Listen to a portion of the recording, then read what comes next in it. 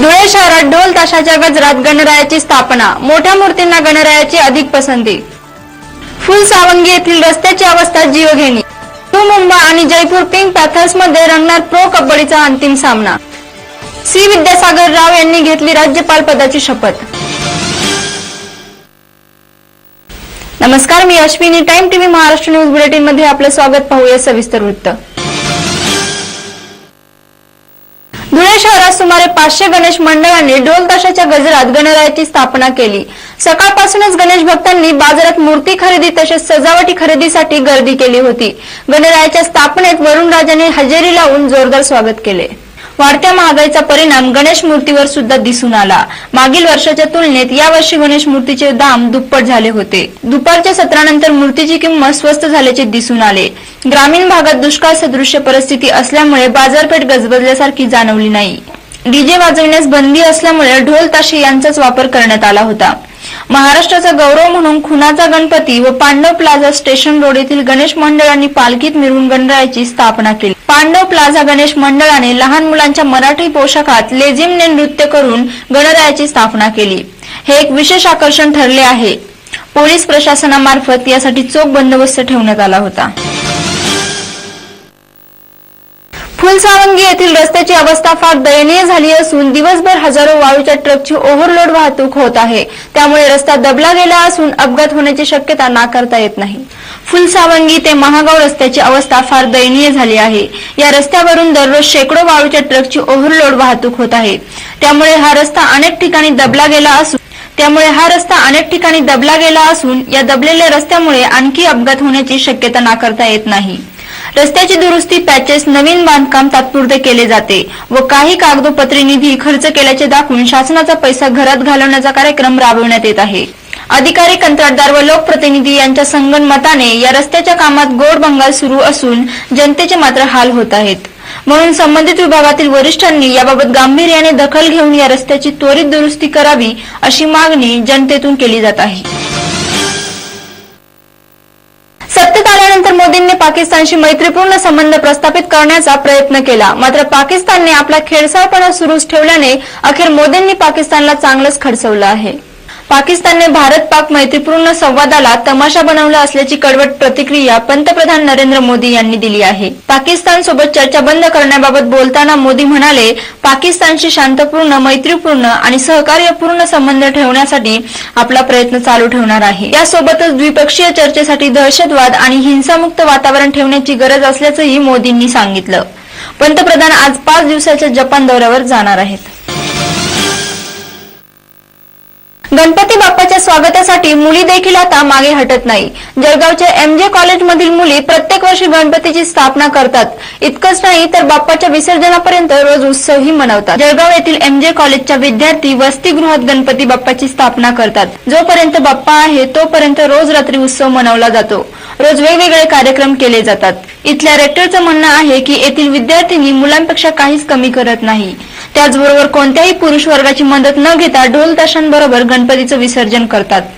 देशभरातून अभ्यासासाठी आलेले विद्यार्थी एकमेकांसोबत हा उत्सव साजरा करून खूप सारा आनंद वाटतात। गणपती उत्सव इतक्या जोशाने सुरू झालेला आहे की खूपच, कारण या गर्ल्स हॉस्टेलवरती हे प्रूफ झालेलं आहे की ते मुलांचीच मक्तेदारी नसते तर मुलींची पण गणेशोत्सवासाठी पार्टिसिपेट असतात आणि हे आम्ही दाखवून दिलेलं आहे। आज आम्ही इथे रोज वेगवेगळे प्रोग्राम अरेंज केलेले आहेत आणि शेवटच्या दिवशी सुद्धा गणपती बाप्पाला धूमधामामध्येच विसर्जन करणार आहोत। जोश होश असतो। दरवर्षी आम्ही रक्तदान शिबिर आयोजित करतो। हे KC सोसायटीच्या मुलींचे वसतिगृह, इथे जवळजवळ 450 विद्यार्थिनी राहतात। पूर्ण देशामधून इथं विद्यार्थिनी आलेले आहेत। झारखंड, ओरिसा, राजस्थान, मणिपूर, मिझोराम, मध्य प्रदेश, गुजरात इथल्या मुली इथे राहतात। महाराष्ट्रीयन मुलीबरोबर त्या सुद्धा हिरिरीने भाग घेतात। इथलं प्रत्येक काम या मुली करतात आणि इको फ्रेंडली गणपती आम्ही साजरा करतो।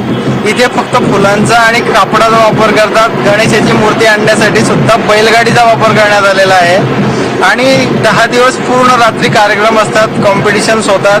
त्या मुलींच्या कलागुणांना वाव मिळण्यासाठी जे जे आवश्यक आहे ते आम्ही कॉम्पिटिशन्स घेतो। त्यात जे विनर होतात, रनरअप होतात त्यांना आम्ही बक्षीस देतो, ट्रॉफी देतो।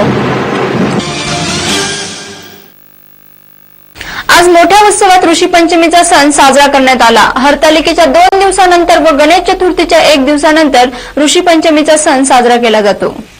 पुणतांब्यातील गोदावरी नदीमध्ये महिलांनी स्नान करून चांगदेव महाराजांचे दर्शनासाठी रांगा लावल्या होत्या. या व्रतात 7 ऋषीशीत देवी अरुंधतीचे पूजन केले जाते, म्हणून या सणाला ऋषी पंचमी या नावाने ओळखले जाते. या दिवशी व्रत करणाऱ्याने पहाटेपासून दुपारच्या काळात कोणत्या नदी किंवा तलावावर जाऊन तिथे अपमार्गाच्या काडीने दात घासावे, नदी काठावरील माती अंगाला लावून स्नान करावे, त्यानंतर पंचांगाने स्नान करावे. त्यानंतर घरी जाऊन ब्राह्मण कडून पूजा व कथा ऐकावी. या व्रतात मीठ खाणे वर्ज्य आहे. सगळं आलं गंगाची आंघोळ महत्वाची जास्त दर्शन पण महत्वाचं आहे. म्हणून त्याच्यामध्ये सगळ्या महिला ऋषी पंचमीची महत्व असतं. ऋषि पंचमी के पर्वकाल के निमित्त के यहाँ पे योगीराज श्री सांगदेव महाराज पुणतांबा यहाँ पे महिला भाविकाओं की सबसे ज़्यादा भीड़ रहती है. सांगदेव महाराज सबसे बड़ा 1400 साल का बड़ा योगी होते हुए यहाँ सबसे बड़े ऋषि होने के नाते महिला भाविकों की दर्शन के लिए, यात्रा के लिए, गोदावरी के स्नान के लिए सबसे ज़्यादा भीड़ रहती है. सोलापूरच्या अक्कलकोट रोड संगमेश्वर नगर महापालिका शाळेतील विद्यार्थ्यांना औषधाच्या ओव्हरडोसमुळे 7 विद्यार्थी आजारी पडले असून त्यांना सोलापूरच्या सिव्हिल दवाखान्यात दाखल करण्यात आले आहे. वो कल साल में गोले देते वो कल ऊपर के मिट्टे गोला लगेगा तो वो चाट को उनको भेजे. कितने गोलियां खाया तू? 3 गोले. क्या हुआ उसके बाद तुझे? उसके बाद पेट और सिर दुख रहा. कितने बजे? 2:30 बजे. कौन लागा एडमिट कर? सामन टीचर. कितने अभी तकलीफ कम है कि ज्यादा है? कम है. वर्षा बच्चों को कुछ गोली खाने से ऐसा हुआ था. टीचर आगे एडमिट करे, फिर बच्चे अच्छे हुए क्लास. और बच्चों की तबीयत कैसी है? बच्चों की तबीयत बिल्कुल अच्छी है. क्या हुआ था कल? क्या है? सिर दुख रहा था, पेट दुख रहा था. बस बच्चे अच्छे हैं, बस हमारा कुछ नहीं. बच्चों की तबीयत अच्छी है, बस बच्चे अच्छे हैं, हमारा कुछ नहीं है. प्रो कबड्डी लीगचा अंतिम सामना मुंबईत रविवार 31 ऑगस्ट रोजी रात्री 8 वाजता मुंबईच्या वल्लभभाई पटेल स्टेडियममध्ये खेळण्यात येईल. पहिल्या प्रो कबड्डी लीगच्या विजेतेपदासाठी अभिषेक बच्चनच्या जयपूर पिंक पॅथर्सचा सामना यू मुंबाशी होईल. प्रो कबड्डी लीगचा अंतिम सामना मुंबईत होणार असून हा अंतिम सामना रविवारी 31 ऑगस्ट रोजी रात्री 8 वाजता मुंबईच्या वल्लभभाई पटेल स्टेडियममध्ये खेळण्यात येईल. दरम्यान प्रो कबड्डी लीगच्या पहिल्या उपांत्य सामन्यात जयपूर पिंक पॅथर्सने पटना पायरेट्सचा 38-18 असा धुव्वा उडवला होता. दुसऱ्या उपांत्य सामन्यात यू मुंबाने बंगळुरू बुल्सला 27-23 असं हरवलं. विशेष म्हणजे प्रो कबड्डी लीगचा ओपनिंग सामना हा जयपूर पिंक पॅथर्स आणि यू मुंबा या संघांमध्ये झाला होता. त्याच वल्लभभाई पटेल स्टेडियममध्ये झालेल्या या सामन्यात यू मुंबाने पिंक पॅथर्सला 45-31 असे पराभूत केले होते. महाराष्ट्राचे नवनियुक्त राज्यपाल सी विद्यासागर राव यांचा आज शपथविधी झाला असून 4 वाजता राजभवनावर झालेल्या कार्यक्रमात विद्यासागर राव यांनी राज्यपाल पदाची शपथ घेतली. महाराष्ट्राचे नवनियुक्त राज्यपाल सी विद्यासागर राव यांचा आज 4 वाजता शपथविधी झाला असून माजी राज्यपाल के शंकर नारायण यांची मिझोरामला बदली करण्यात आली होती. या बदलीला धुडकावून लावत शंकर नारायण यांनी राजीनामा दिला. त्यानंतर राय यांच्या नावाची घोषणा करण्यात आली. विद्यासागर राव हे भाजपचे ज्येष्ठ नेते अटल बिहारी वाजपेयी यांच्या तत्कालीन मंत्रिमंडळात गृहराज्यमंत्री होते. विद्यासागर राव हे आंध्र प्रदेशामधील भाजपचे ज्येष्ठ नेते आहेत. मातंग आरक्षण या विषयावर बोलताना काशीराम उबाळे म्हटले की 3री लढाई हारलो तर हिंदू म्हणून परतणार नाही, कारण देशाला स्वातंत्र्य मिळून इतकी वर्ष झाले तरी आम्ही अजून दारिद्र्यच भोगतोय. एकीकडे मुंबईच्या 3ऱ्या मेट्रो लाईनचं भूमिपूजन झालं तर दुसरीकडे मुंबईच्या 2ऱ्या मेट्रो लाईनचं उद्घाटन 2009 मध्ये राष्ट्रपती प्रतिभाताई पाटील यांच्या हस्ते झालं होतं. परंतु अद्यापही कामाला सुरुवात झालेली नसल्यामुळे या योजनेवर भाजपाच्या सहसंयोजक विनीत गोयनका यांनी आरोप लावला आहे. दरम्यान आमच्या प्रतिनिधींनी यांच्यासोबत संवाद साधला. चला तर पाहूयात काय बोलले ते. मेट्रो में चल रही गड़बड़ी को उजागर कर रहे हैं भारतीय जनता पार्टी के राष्ट्रीय सह संयोजक आईटी सेल के विनीत गोयनका जी. आइए जानते हैं क्या गड़बड़ी है मेट्रो में. मुंबई में 2003 के अंदर एक प्लान MMRD ने सबके सामने रखा था, जिसको DPR भी कहते हैं, डिटेल प्रोजेक्ट रिपोर्ट भी कहते हैं। इसके तहत 146.5 किलोमीटर की मेट्रो लाइन बनने वाली थी। इसकी कुल लागत 19,525 करोड़ रुपया थी। आज 2014 के बाद केवल 11.7 किलोमीटर यानी प्रति वर्ष 1.1 किलोमीटर की दर से अभी तक मेट्रो बनी है। बाकी के 135 किलोमीटर का क्या हुआ, इसके बारे में कोई चर्चा नहीं करता। 1 इंच तक का कंस्ट्रक्शन नहीं हुआ, 1 इंच तक का जमीन अधिग्रहण वहां पे नहीं हुआ और कीमत बढ़ा के उन्होंने 61,000 करोड़ रुपए कर दिए। ये 42,000 करोड़ रुपए कौन देगा?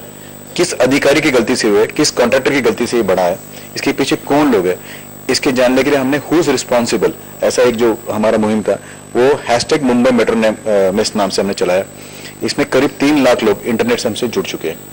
हमने कई पत्र व्यवहार चीफ मिनिस्टर से किए, MMRD से किए, उनका कोई जवाब नहीं है। मैंने कुछ दिनों पहले एक न्यूज़पेपर में पढ़ा था कि MMRD को कुछ इन्फॉर्मेशन चाहिए था, उस डेवलपर ने वो भी मना कर दिया। यानी MMRD तक उसके अंदर हदबल हुआ है। इसके विरोध में हमने कल मुख्यमंत्री जब भूमि पूजन कर रहे थे लाइन 3 का, तब वहां पे हमने विरोध किया।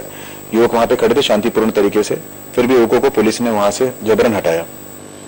हमारी एक सीधी मांग है कि लाइन 2 अभी तक बनी नहीं, उसका 1 भी इंच का काम नहीं हुआ, तो लाइन 3 का उद्घाटन करने के पीछे का क्या रीजन था? उत्तर मुंबईचे एनसीपीचे नेता प्रकाश सुर्वे यांनी एनसीपी सोडून शिवसेनामध्ये प्रवेश केला आहे। हे मुद्दे घेऊन आमच्या प्रतिनिधींनी त्यांच्यासोबत संवाद साधला। चला तर पाहूयात काय बोलले ते। एनसीपी के लिए एक बड़ा झटका, शिवसेना के लिए एक बड़ी खुशी। एनसीपी के मुंबई के दिग्गज नेता में एक नाम आता था प्रकाश सुर्वे। प्रकाश सुर्वे हाल ही में एनसीपी को छोड़ के शिवसेना ज्वाइन किए हैं। आइए जानते हैं शिवसेना में जाने की वजह क्या है। मैंने पहले 25 साल से मैं देख रहा हूँ कि शिवसेना की महानगर पालिका में सत्ता है और उनकी कार्य प्रणाली, उनका विकास करने की स्टाइल,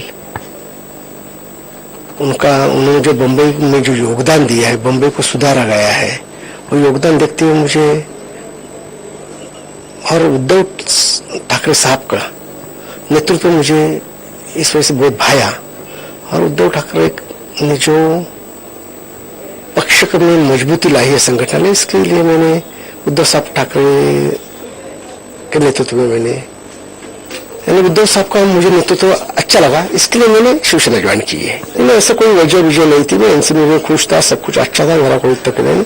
लेकिन मुझे उद्धव साहब की कार्य प्रणाली, उनका नेतृत्व अच्छा लगा।